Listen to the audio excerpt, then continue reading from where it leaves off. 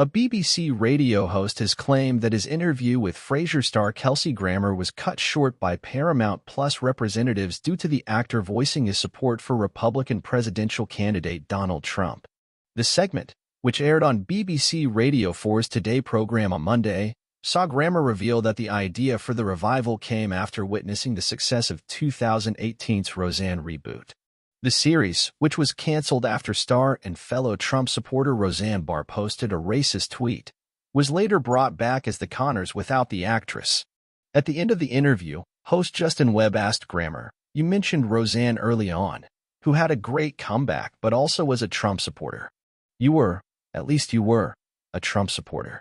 I'm fascinated to know if you still are." "I am," Grammer replied, "and I'll let that be the end of it."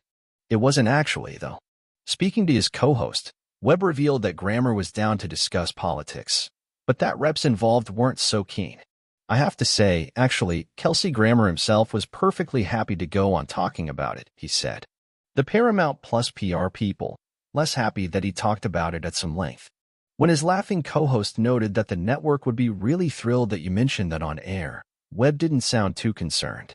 "They decided that we'd had plenty of time for our interview," he said. But I should stress that he was absolutely perfectly happy to talk about why he supports Donald Trump and still does in the coming election.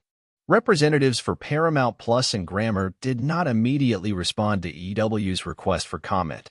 Grammer, who voted for Trump in the 2016 and 2020 elections, has spoken out about his affinity for the former president in the past.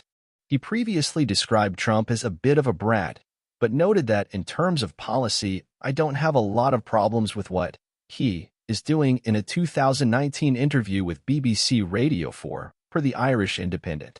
"We've witnessed in American politics the same basic language since Ronald Reagan has been attached to every conservative president," he said at the time.